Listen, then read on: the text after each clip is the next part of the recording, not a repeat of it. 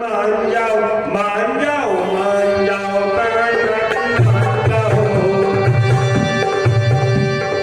आए जो ख्याल पूरे दिल से भगाओ। मान जाओ मान जाओ मान जाओ मान जाओ मान जाओ। सजा की है पूरे काम का है काम भी पूरा काम भी पूरा पद भी पूरा है नाम भी पूरा नाम भी पूरा। ऐसी चारी चाय जुबान पे न लाओ। मान जाओ मान जाओ मान जाओ मान जाओ आए जो ख्याल पूरे दिल से भगाओ।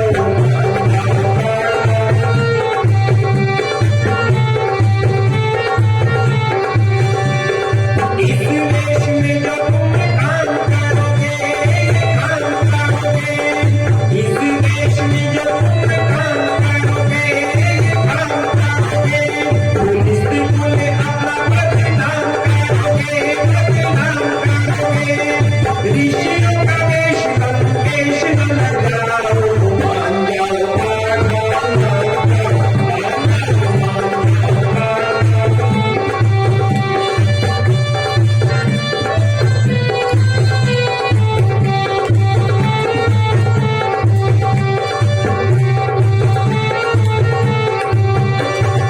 आने का जो किया तो ख्याल हुआ है ख्याल हुआ है। आने का जो किया तो ख्याल हुआ है ख्याल हुआ है। साधु बने राजा से ये हाल हुआ है ये हाल हुआ है। लाकर दिया सर्वनाश न कराओ। मान जाओ मान जाओ मान जाओ। कहती है अभी तो सीता को लाने का ख्याल आया है और राजा से बाबा जी तो अभी बन गए। आगे अगर सीता को ले आए तो क्या होगा। और कहने लगी शायद तुमको सीता का एक नाम पता नहीं है। सीता को जानकी कहते हैं और अगर जानकी को ले आए ना तो फिर क्या होगा। जानकी ले आए तो न खैर जानकी न खैर जानकी। जानकी ले आए तो न खैर जानकी न खैर जानकी। नाक कटेगी खानदान की लंका नरेश तुम विदेश में न जाओ। मान जाओ मान जाओ मान जाओ।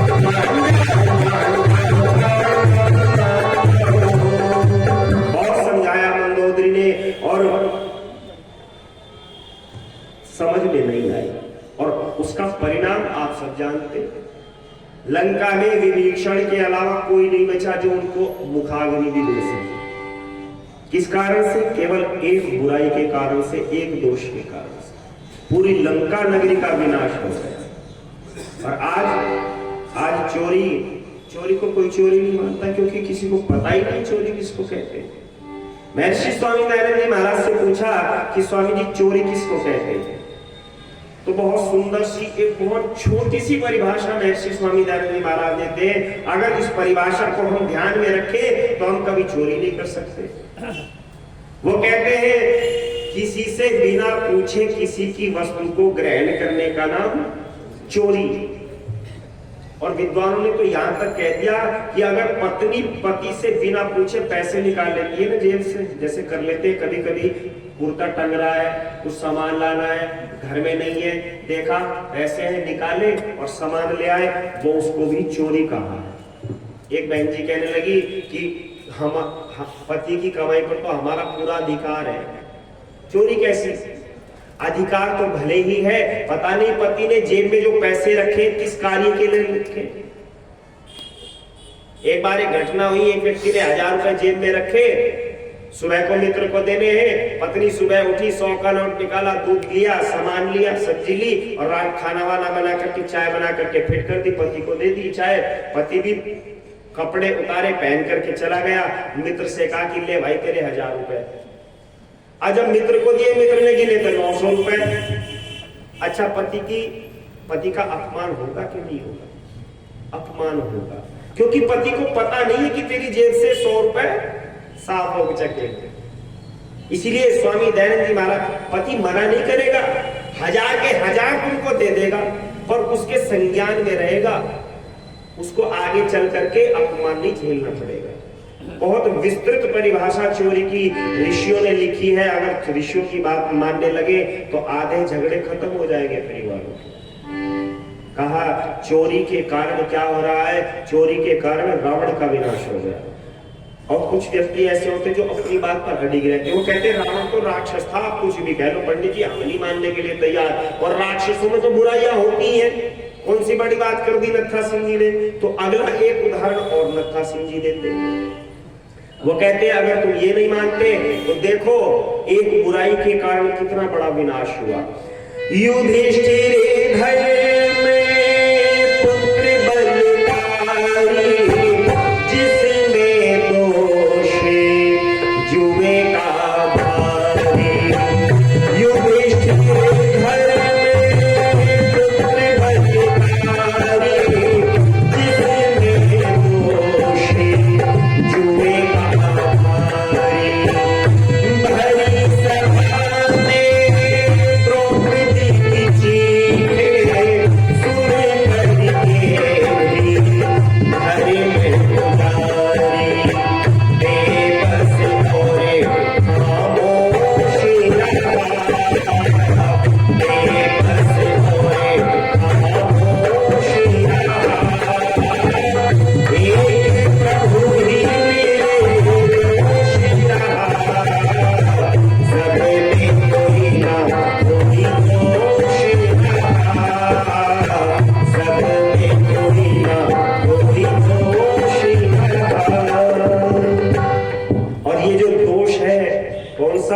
अच्छा मैं पूछना चाहता हूं, महाभारत के अंदर जब महाभारत का युद्ध हुआ, द्रोणाचार्य जैसे महान गुरु हुए, कृपाचार्य जैसे आचार्य हुए, और पितामह भीष्म जैसा ब्रह्मचारी हुआ, योगीराज श्री कृष्ण जैसा सदाचारी हुआ, और उन इतने बड़े विद्वानों के बीच में अगर धर्मराज की उपाधि किसी व्यक्ति को दी गई तो किसको दी गई? युधिष्ठिर जी महाराज। इतना धर्मात्मा व्यक्ति था युधिष्ठिर, धर्मात्माओं में गिनती हुआ करती थी, पर वो धर्मात्मा कहलाने वाला व्यक्ति भी जब जीवन के अंदर दोष को धारण कर लेता है, एक बुराई को धारण कर लेता है, तो उसके भी जीवन का विनाश हो जाता है। और उसके ही जीवन का विनाश नहीं हुआ, उस एक बुराई के कारण समस्त भारतवर्ष का विनाश हुआ, जिसकी भरपाई हम अभी तक नहीं कर पाए। ये उसी एक दोष का कारण है, क्योंकि महाभारत के युद्ध में जो हमारे विद्वान थे वो सब मारे गए, और फिर जो विद्वान बचे वो कैसे बचे? जैसे अंधों में काणे सरदार, ये ऋषि लिखते हैं, अंधों में काणे सरदार। जो कम बुद्धि वाले थे उन्होंने बिल्कुल न जानने वालों के बीच में अपने आप को पंडित घोषित कर दिया। युधिष्ठिर जी महाराज क्या करते थे? जुआ खेलते थे, परंतु वेद कहता है अक्षरमा दिव्य कृषि मित कृषस्व, तू जुआ मत खेल, तू खेती कर। अच्छा मैं आपसे पूछना चाहता हूं, आज कोई व्यक्ति खेती करना चाहता है या नहीं चाहता? जिसके पास 10 बीघे 15 बीघे खेती भी है ना, 15 बीघे तो मैंने बहुत ज्यादा कह दी, हमारे क्षेत्र में जिसके पास 50-50 बीघे की खेती है वो भी सब लगान पर दे करके, और उनके बच्चे क्या कर रहे हैं? 40-40, 50-50 हजार रुपए की नौकरी कर रहे हैं, और उस 40,000 की नौकरी में 30,000 का खर्चा कर लेते हैं, बचते कितने? उतना ही पड़ता। और हमारे क्षेत्र में तो दूसरे मजहब वाले, दूसरे लोग अब खेती पर कब्जा कर रहे हैं। खेती पर ही कब्जा नहीं कर रहे, आपके व्यवसायों पर भी कब्जा कर लिया है। नाइयों का नाईपना छिन गया, बड़ियों का कारपेंटरी छिन गई। क्यों जी? कहां जा रहा है सब? क्योंकि हमारे बच्चे तो बाबूजी बनते हैं, हमारे बच्चे नहीं करेंगे इस काम को, वो कर रहे हैं। हाँ वो करेंगे, वो करेंगे, उनकी मजबूरी भी है और उनकी जरूरत भी है। हमारा बच्चा कब कमाना शुरू करता है जी? जब 25 का हो जाता है, 30 का हो जाता है, तो पढ़ लेगा, लिखेगा, नौकरी करेगा, जब जाकर के 25 साल के बाद में कमाना शुरू करेगा। उनका 10 साल का ही कमाना शुरू कर देता है। ये बुराइयां हैं हमारे जीवन में भी, क्योंकि हमने बच्चों को क्या कहा? तू पढ़, पढ़ाओ, पढ़ाना अच्छी बात है, पढ़ाने के साथ साथ में हाथ की कारीगरी भी सिखाओ। अपना बच्चे को ऐसा होना चाहिए कि वो अपने आप को स्वावलंबी समझे। युधिष्ठिर जी महाराज के जीवन में दोष आ गया, जुआ खेलने लगे। और खेती करने में और जुआ करने में क्या अंतर है? आप 4 व्यक्तियों को बुलाओ जो जुआ खेलते हैं, चारों को 1-1 हजार रुपए दो और उनको सुबह से शाम तक बिठाओ। बताइए 4000 के 8000 बना देंगे या नहीं बनाएंगे? 100 रुपए भी नहीं बढ़ा सकते। ये तो हो सकता है कि 4 के 4000 रुपए एक ही आदमी जीत करके ले जाए, पर यह नहीं होगा कि 4000 को बढ़ा करके 8000 कर दे। और खेती में किसान एक दाना बोता है और एक दाने के बदले कितने मिलते हैं जी? धान का एक दाना बोता है, 5-6 बाल आती है, एक बाल में 30-35 दाने होते हैं, 150 दाने मिलते हैं एक दाने के बदले में। और भी ज्यादा लेना है तो बाजरा बो दो, एक दाने के 900 दाने के आसपास मिलते हैं। पर हम तो लेने के लिए तैयार नहीं, वो तो दे रहा है, हम लेने के लिए तैयार नहीं। हम तो ये चाहते हैं बस मेरी लाट में निकाल, मुरली वाले नंदलाल बैठे बिठाए मिल जाए माल, करना कुछ ना पड़े। युधिष्ठिर भी सोच रहे हैं कि बस तू भी रातों रात अमीर बन जा, जुआ खेल। और आज इस जुए को परोसा जा रहा है, घर घर में बच्चे बच्चे को परोसा जा रहा है। आप कहेंगे कैसे? ये जो ये है ना, ये आप इस पर कोई वीडियो चला करके बैठ जाओ, क्या आएगा? प्ले रमी, क्या आएगा? जुपी लूडो, क्या आएगा? AB2 circle. ये क्या है? ये जुआ ही तो है।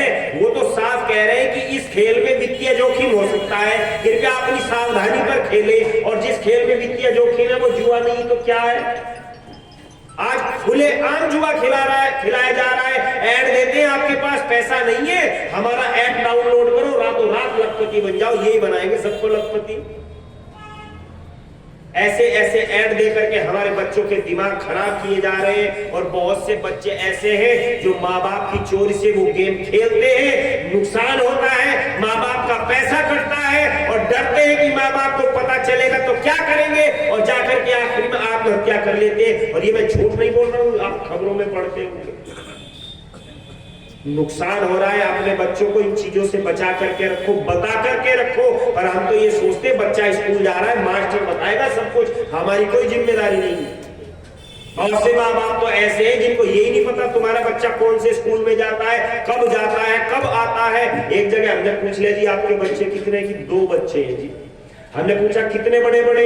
वो कहने लगा एक इतना बड़ा है, वो एक इतना बड़ा है। मैंने कहा ये कौन सा स्टाइल हुआ बताने का? लोग बताते हैं एक इतना बड़ा है, एक इतना बड़ा है। क्यों जी? ऐसे तो बताते। वो कहने लगा पंडित जी जब घर से सुबह ड्यूटी के लिए जाता हूँ ना तो 6 बजे निकल जाता हूँ, तब तक सोए मिलते हैं। और रात को जब वापस आता हूँ तो 11 बज जाते हैं, तब भी सोए मिलते हैं। तो मैंने तो ऐसे ही देखे, वो कभी ऐसे देखे ही नहीं।